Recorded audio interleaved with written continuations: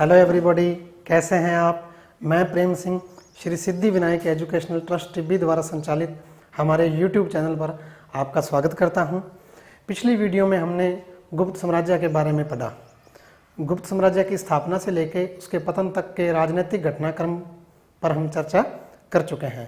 अब हम पढ़ेंगे गुप्तकालीन कल्चर के बारे में हम पढ़ेंगे। गुप्त काल के दौरान कला, साहित्य और विज्ञान के क्षेत्र में क्या विकास हुए, अन्य महत्वपूर्ण घटनाक्रम कौन से घटित हुए, उन सब के बारे में हम इस वीडियो में बात करने वाले हैं। सबसे पहले हम एक महत्वपूर्ण टॉपिक लेते हैं, सुदर्शन झील।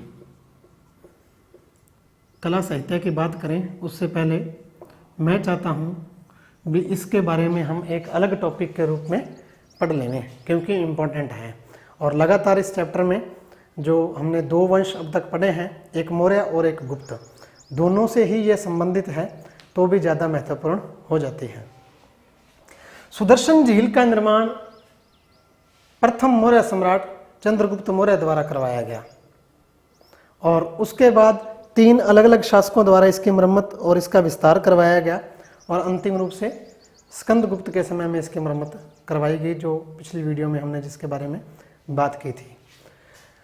तो सुदर्शन झील के बारे में यूं एक टेबल नुमा हम बना लेते हैं। सबसे पहले इसका निर्माण किसने करवाया? चंद्रगुप्त मौर्य ने। चंद्रगुप्त मौर्य के टाइम में जो इसके प्रांतपति हैं चंद्रगुप्त मौर्य के, जिनका नाम हमें पुष्यगुप्त वैश्य मिलता है, पुष्यगुप्त वैश्य, इन्होंने गिरनार पर्वत पर, गिरनार पर्वत का जो इलाका है वहाँ सुदर्शन झील का निर्माण करवाया। गिरनार का जो इलाका है वहाँ 3 अलग अलग नदियों के नाम आते हैं, जिनको एक जगह रोक के बांध बना के और एक झील का निर्माण करवाया, जिसका नाम रखा गया सुदर्शन झील। पहला नाम पुष्यगुप्त वैश्य का आया है। लोक कल्याण के लिए लोगों को उस इलाके में पानी की दिक्कत नहीं हो, इसके लिए चंद्रगुप्त मौर्य द्वारा सुदर्शन झील का निर्माण करवाया गया है। दूसरे नंबर पर आ जाते हैं चंद्रगुप्त मौर्य के उत्तराधिकारी। तीसरे नंबर का जो शासक हम पढ़ते हैं, अशोक महान। चंद्रगुप्त के बाद बिंदुसार हुए थे और फिर उसके बाद अशोक हुए। अशोक के समय में सुदर्शन झील का विस्तार किया गया और इसमें से कुछ नहरें निकाली गई। तो अशोक के टाइम में जो है गिरनार का इलाका है, यहाँ के जो प्रांतपति हैं उनका हमें नाम मिलता है यवनराज तुषास्प। काम क्या हुआ इनके समय में? नहरें निकाली गई।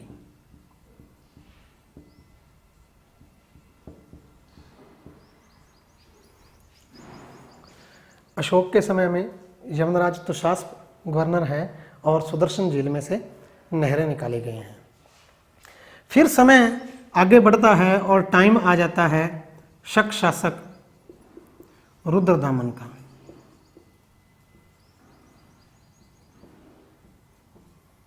शक शासक रुद्रदामन। रुद्रदामन के समय में भारी वर्षा के कारण जल बढ़ जाता है, जल स्तर बढ़ जाता है झील में, और झील का जो बांध है वो टूट जाता है। तो दोबारा से फिर रुद्रदमन द्वारा उस झील का पुनर्निर्माण करवाया गया। ये सारी जानकारी जो है रुद्रदमन के जूनागढ़ अभिलेख से हमें मिलती है। जूनागढ़ अभिलेख में रुद्रदमन कहता है, आगे नेक्स्ट चैप्टर में हम दोबारा से फिर जूनागढ़ अभिलेख को विस्तार से पढ़ेंगे। वो कहता है भी मेरे मंत्रियों के मना करने के बाद भी मैंने अपने निजी कोष से धन खर्च करके और सुदर्शन झील का पुनर्निर्माण करवाया। इसके लिए मैंने बेगार, जिसके लिए विष्टि शब्द आता है, वो भी नहीं ली। तो ये भी एक क्वेश्चन बन जाता है भी बेगार प्रथा के बारे में, विष्टि जिसको कहा जाता था, उसके बारे में प्राचीनतम अभिलेखीय साक्ष्य कहाँ से मिलता है? तो जूनागढ़ अभिलेख से। तो वो कहता है जिन लोगों ने वहाँ काम किया उनको मैंने मजदूरी भी दी है, बेगार नहीं उनसे ली है। और लोक कल्याण के लिए रुद्रदामन ने जो सुदर्शन झील है इसका पुनर्निर्माण करवाया है। पति हैं सौराष्ट्र के, वो हैं सुविशाख पहलव। पल्लव नहीं है, पहलव है, ये विदेशी है भाई। सुविशाख का नाम आता है। सुविशाख रुद्रदामन के प्रांत कौन सा है? सौराष्ट्र, याद रखना आप। सौराष्ट्र प्रांत का नाम है और वहाँ जगह का नाम है गिरनार, वहाँ स्थित है ये झील। तो सौराष्ट्र का जो प्रांतपति होगा, सौराष्ट्र का जो गवर्नर होगा, वही इस कार्य की देख रेख करेगा। यही मैं नाम लगातार लिख रहा हूँ। चंद्रगुप्त मौर्य के टाइम सौराष्ट्र का गवर्नर पुष्यगुप्त वैश्य है। अशोक के टाइम सौराष्ट्र का गवर्नर यवनराज तुषास्प है। और रुद्रदामन के टाइम में सौराष्ट्र का जो गवर्नर है वो सुविशाख पहलव है। सुविशाख पहलव ने जो है पुनर्निर्माण करवाया।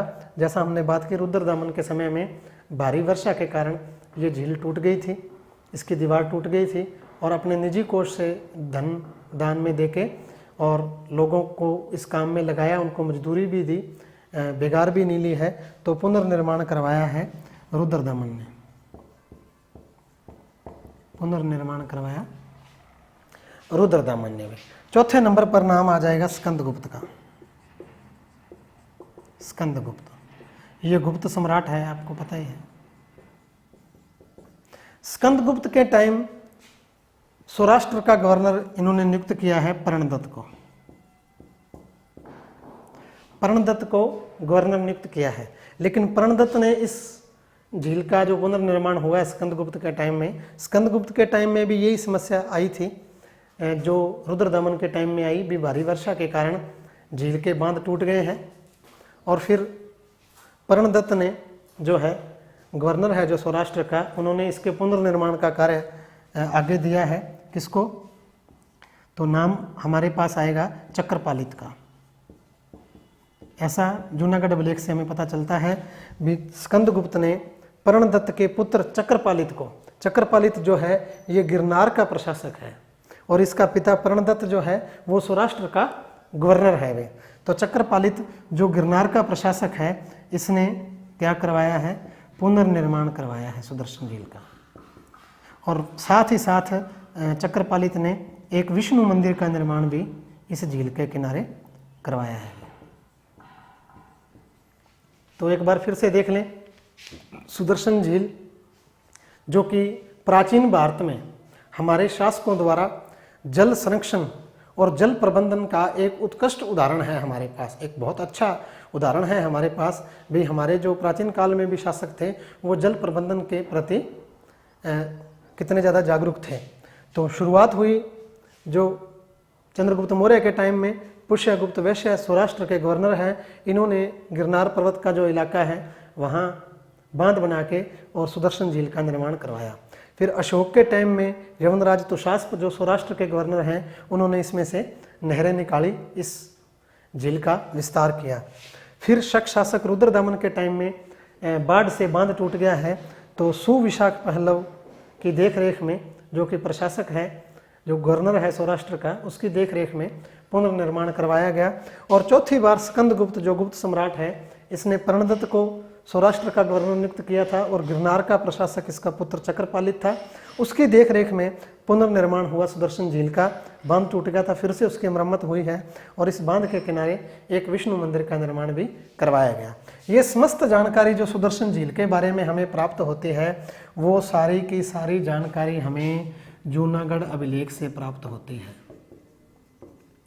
जूनागढ़ अभिलेख, जूनागढ़ अभिलेख पर ही हम कहते हैं भी चंद्रगुप्त मौर्य की जो चंद्रगुप्त नाम की संज्ञा है, उसका प्राचीनतम अभिलेखीय साक्ष्य जूनागढ़ अभिलेख से मिलता है। जूनागढ़ अभिलेख चंद्रगुप्त मौर्य के टाइम में नहीं लिखा गया है। ये अभिलेख पहली बार कब लिखा गया है? अशोक के टाइम में। अशोक ने यहाँ अपना जूनागढ़ में एक शिलालेख खुदवाया है और उस शिलालेख के ऊपर ही बाद में रुद्रदामन ने जो अपना फेमस जूनागढ़ अभिलेख है वो खुदवाया है, जो संस्कृत का प्रथम अभिलेख है। इसी जो रुद्रदमन के जूनागढ़ अभिलेख से ही हमें चंद्रगुप्त का नाम मिलता है। अशोक के बारे में जिक्र मिलता है, अशोक का अभिलेख इस पे पहले से था। और फिर स्कंदगुप्त का भी जूनागढ़ अभिलेख में वर्णन मिलता है। स्कंदगुप्त के टाइम में जो चक्रपालिक द्वारा मरम्मत करवाई गई, तो वो सारा वर्णन विस्तार से स्कंदगुप्त का सुदर्शन झील से संबंध भी, और स्कंदगुप्त द्वारा मलेच्छों के आक्रमण को विफल करना और अन्य जो उनके युद्ध अभियान वगैरह पुष्यमित्रों को पराजित करना, तो लंबी चौड़ी जानकारी हमें स्कंदगुप्त के बारे में भी पता चलती है। तो इन चारों शासकों का जो वर्णन है वो जूनागढ़ अभिलेख में हमें मिलता है। तो ये था हमारा सुदर्शन झील। आप इसका स्क्रीनशॉट लेके भी इसको इस प्रकार से लिख सकते हैं। नेक्स्ट हम एक अन्य महत्वपूर्ण टॉपिक पर बात करने जा रहे हैं, और वो है नालंदा विश्वविद्यालय।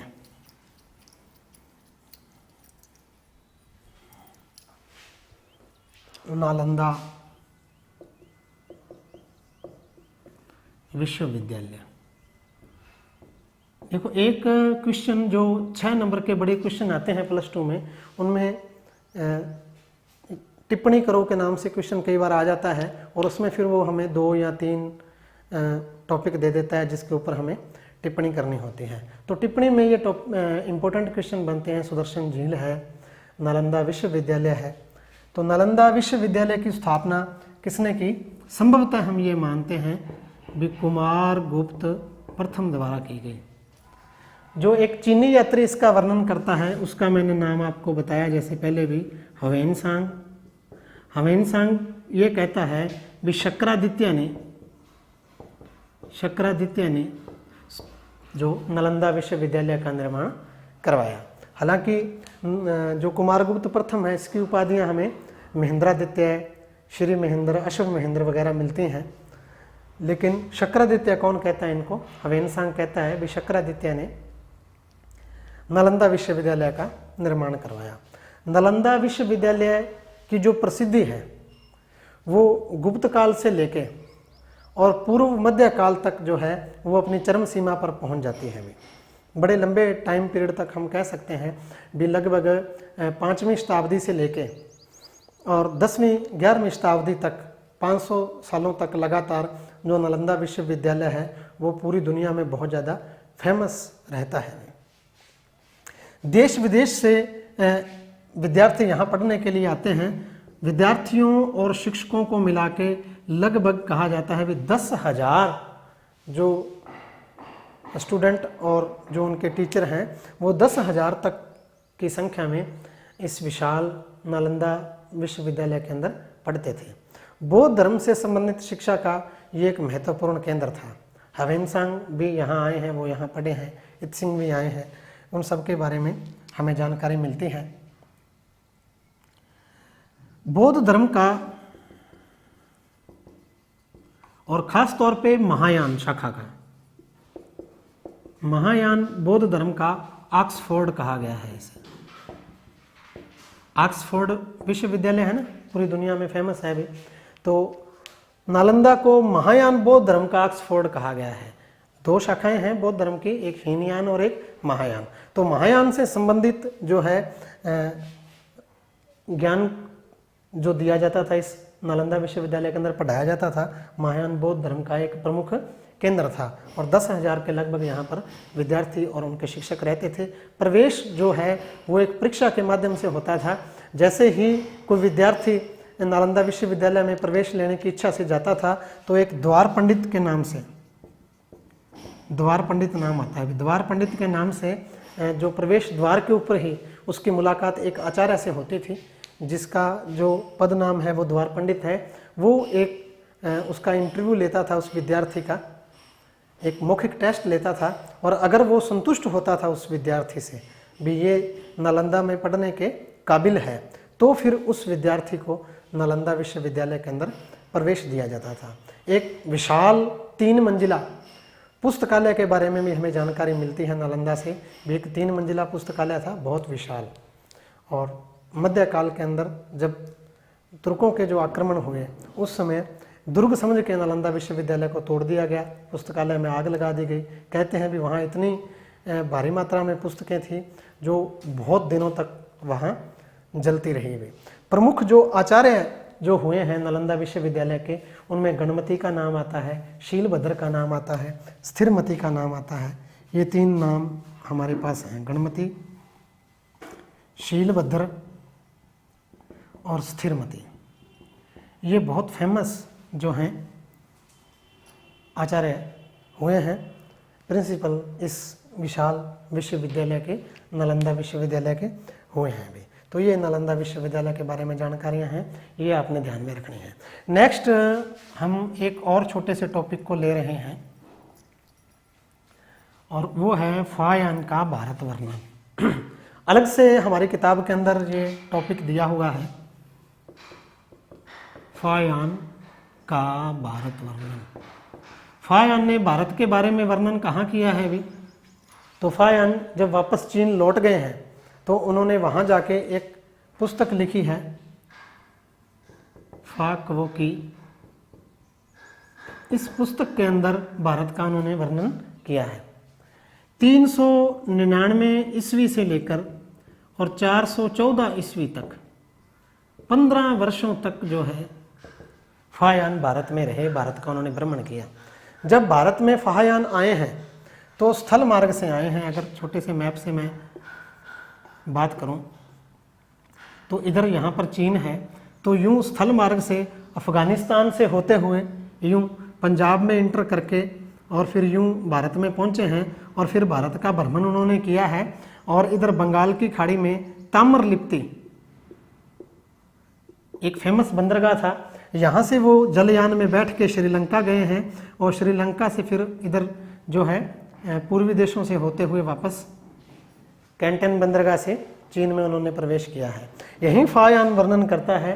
उस टाइम गुप्त काल के दौरान वो बात करता है भी हजारों यात्रियों को एक साथ बिठा के और विशाल समुद्रों में यात्रा कर सकें, ऐसे जो जलयान भारतीय बनाते थे। ऐसे एक जलयान में फायान वापस चीन गया था।